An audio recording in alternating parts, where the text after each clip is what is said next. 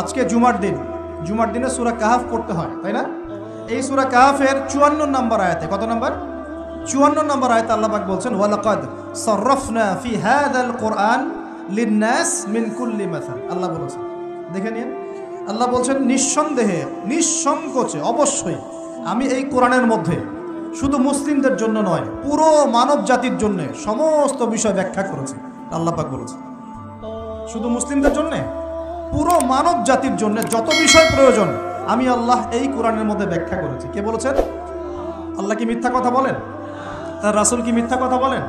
তাহলে আমাদের মানতে সমস্যা কোথায়? মানতে কি সমস্যা? এই যে বললাম, যদি আমরা ইকোনমিক সেকশনে সমৃদ্ধি চাই, একটা স্টেবিলিটি চাই, অবশ্যই জাকাত ইম্পোজ করতে হবে। জাকাত ছাড়া অর্থনৈতিক সাম্য আসবে না। মনে করেন বাংলাদেশে মনে করেন যে 1 কোটি মানুষের উপরে জাকাত ফরজ, কথার কথা বলছি, কথার কথা, এই 16 কোটি 20 কোটি মানুষের মধ্যে মনে করেন 1 কোটি মানুষের উপর জাকাত ফরজ হয়েছে। আছেন এমন মানুষ? জাকাত মানে কি? কত পার্সেন্ট দিতে হবে সম্পদের? 2.5%। 100 টাকায় 2.5 টাকা, এই তো। আচ্ছা, এখন 1 কোটি টাকায় এই টাকাটা কি ছোট না বড়?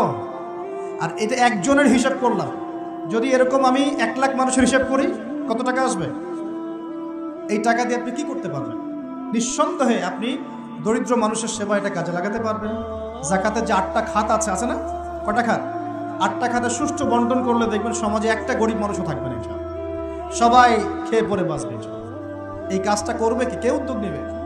আচ্ছা, এই জাকাত কি শুধু 1 বছরই আসবে না প্রতি বছর আসবে? এই জিনিসগুলো বুঝতে হয়। ইসলাম শুধু আমরা এই গতানুগতিক মুখস্থ করে পড়লেই হবে না, কোরআন সুন্নাহকে বাস্তবে প্রয়োগ করতে হবে।